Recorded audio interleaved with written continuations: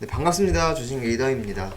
자, 오늘 일동제약이 하한가를 맞이했습니다. 우선 탈출할 기회도 안 주고 그렇다 할 반등도 없이 하한가를 맞아버렸어요. 그래서 아마 어저께 조정인 줄 알고 들어가셨던 분들이 많이 이제 물려 계실 것 같은데 저도 걱정이 크네요. 이 일동제약 하한가 사태로 오늘 바이오주에도 힘이 실리지 못했습니다. 바이오주 그래서 이대로 끝인가? 일동제약은 회생 가능성이 없을까? 없다면 우리는 어떻게 대응을 해야 할까? 한번 알아보도록 하겠습니다. 자, 이 흐름을 알기 위해서는 일단 바이오주의 흐름을 먼저 알고 그 다음에 일동제약에 대해 이야기를 해보는 게 맞을 것 같아서 우선 바이오주에 대해서 알아보고 그 다음에 일동제약으로 넘어가 보도록 하겠습니다. 제가 연일 설명드리고 있는 이 바이오주가 핫한 이유 그거에 대해서 먼저 생각을 해봐야 되는데 계속 공부하신 분들은 알 거예요. 저와 함께 계속 공부하신 분들은 왜 바이오주가 핫한지 알 거예요. 첫 번째로 실제로 코로나나 원숭이 두창이나 강남역병 이런 실제 병들이 유행하기도 했고 또 두 번째로 어때요? 코로나를 겪으면서 돈을 많이 벌었죠. 그 바이오주 회사들이 돈을 많이 벌었습니다. 이 돈으로 뭐 했나요? 이 돈으로 적극적인 투자 활동. 그래서 뭐 신약 개발도 하기도 했고 M&A 등등 이 투자 활동을 하면서 기업의 가치를 올렸습니다.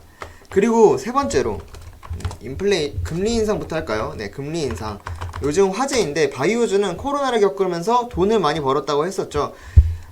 이 돈 많이 번 돈으로 부채를 갚습니다. 부채를 갚으면은 금리 인상에 대해서 별로 타격이 없죠. 그런 다음에 마지막으로 원자재 인상이 있습니다. 원자재 리스크가 다른 업종에 비해서 뭐 자동차, 반도체 이런 거에 비해서 원자재 리스크가 월등히 낮습니다. 비용이 적게 듭니다. 여기다가 이제 또 한 가지 더 말씀드리면 돈을 많이 벌었으니까 해외 지사를 세워서 이렇게 환율로 인한 이득을 많이 보기도 하고요.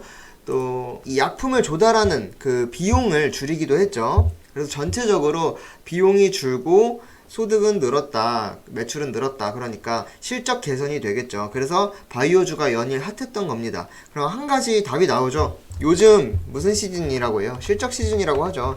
바이오주 분명히 실적 좋을 것이라고 예상이 됩니다. 그럼 지금 바이오주들 지금 한 달 동안 상승을 해왔고 이제야 오늘 하루 쉬어가는 건데 예를 들어서 휴마시스도 볼까요? 네. 어제 오늘 이틀 쉬어가는 거네요. 어제 오늘 이틀 쉬어가는 건데 잠깐 있는 조정이라고 생각하시면 되겠고요. 뭐 여기서 얼마나 더 이제 바닥을 치고 다시 올라갈지는 모르겠지만 조정이라고 생각하시면 되겠습니다. 특히 지금 이 켄타우로스라는 BA.2.75 변이 바이러스가 국내에도 들어왔다는 소식을 이제 며칠 전에도 봤고 아침에도 본 것 같은데요. 지금 뭐 영국, 일본, 미국 등등 세계 각지에서 다시 한번 코로나 대란이 일어나고 있습니다. 거기다가 이제 대부분 제약바이오 기업들은 이 논리대로라면 아직 바닥권에 있는 바이오주들 혹은 중요 지지라인에서 아직은 휴마시스는 더 하방이 열려있긴 하지만 이 중요 지지라인에서 지지를 받으면서 잠깐 쉬어가는 바이오주들 절대 끝이라고 볼 수 없겠습니다. 잠시 쉬어가면서 살짝 할인 판매를 하고 있다고 보시면 되겠고요. 다른 종목도 마찬가지입니다. 뭐 레지노믹스도 그렇고 이제 중요 지지 라인이 보이죠. 슬슬 이런 라인에서 반등을 줄 것이라고 저는 이제 생각을 하고 있어요.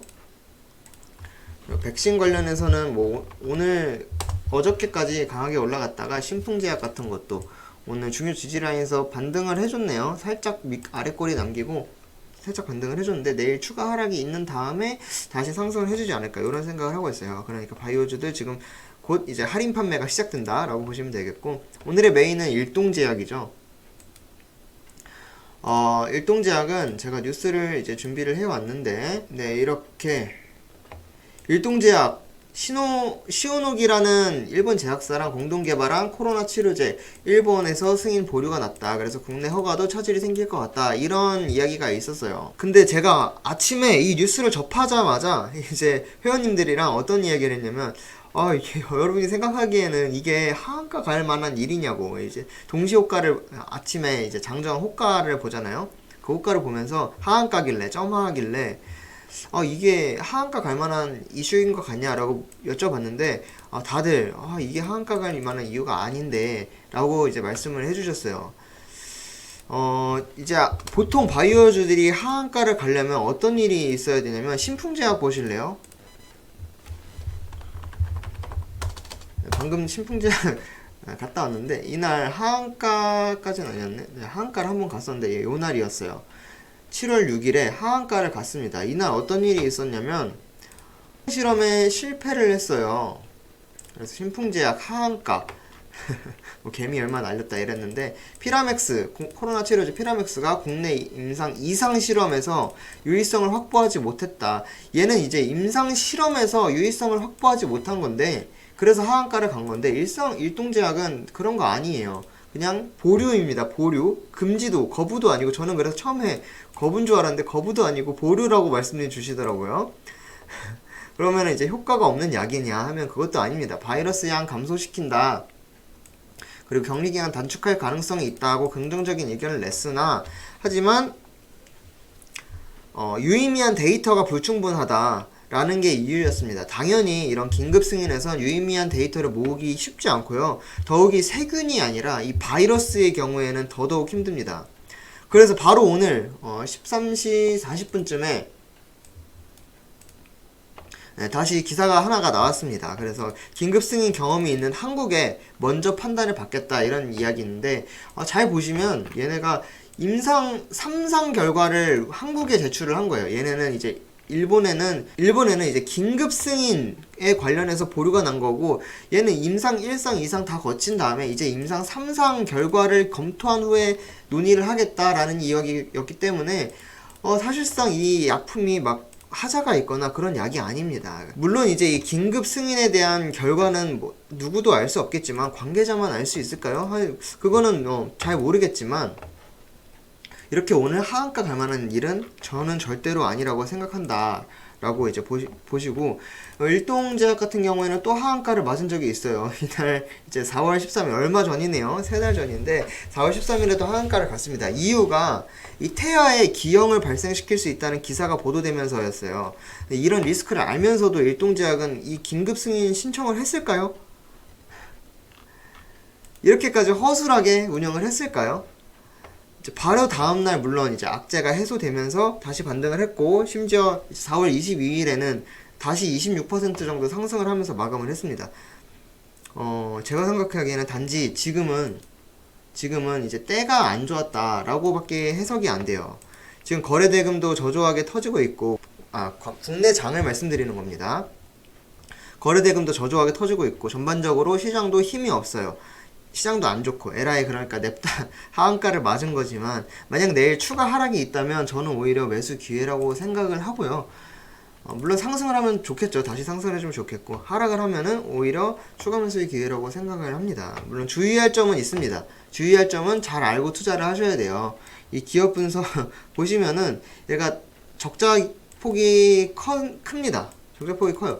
뭐 신약을 개발할 수도 있고 추가로 공장을 지어서 그런 걸 수도 있고 제가 거기까지는 이제 확인을 한 바가 없는데 급하게 준비하느냐고 그랬는데 아마 이 부채 비율이 늘어나고 유보율이 줄어든 걸로 봐서는 어떤 신약 개발이나 아니면 뭐 다른 투자 활동을 하거나 그랬던 것 같아요. 그래서 재무가 안 좋은 점을 확인을 하셔야 되는데 또 이제 반대로 생각하면은 이렇게 돈을 많이 쓰면서 신약 개발이나 투자 활동을 했는데 저렇게까지 비용을 쓰면서 이렇게 허술한 약을 만들었을까 하는 의심이죠. 그래서 이제 지금은 이제 물론 의심뿐이지만 하한가까지는 저는 과하다라고 생각을 합니다. 그래서 당장의 대응책은 솔직히 말씀드리기 힘듭니다. 다른 유튜브 뭐 찾아보셔서 이렇게 하라 저렇게 하라 이렇게 말들이 많을 텐데 이런 대응을 하라 저런 대응을 하라 말들이 많을 텐데 속지 마세요. 다 거짓말입니다. 제가 봤을 때는 하루 이틀 정도 더 보고 대응을 하는 게 맞습니다. 하한가가 재료가 아닌데 이렇게 하한가 간 게 진짜로 심각한 악재인 건지 아니면 누군가의 장난질인 건지 지금으로선 전혀 파악할 방법이 없어요. 다만 차트로만 본다면 이 하락하는 3거래일 동안 지금 차트를 다시 볼게요.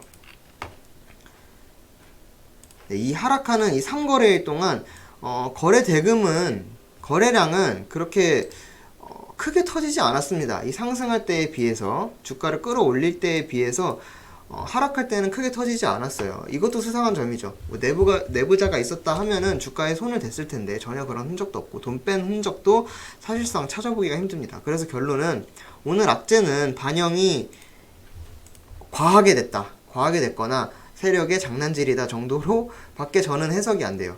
해당 기사에 대한 진정한 반영은 내일이나 뭐 모레 이렇게 시간이 지나면서 반영이 다시 될 것으로 예상이 되니까 일단은 침착하게 기다려 보셔야겠습니다. 추가적인 대응은 이렇게 제가 추가적인 대응이라는 말은 이제 내일 이후의 대응을 말씀드리는 겁니다.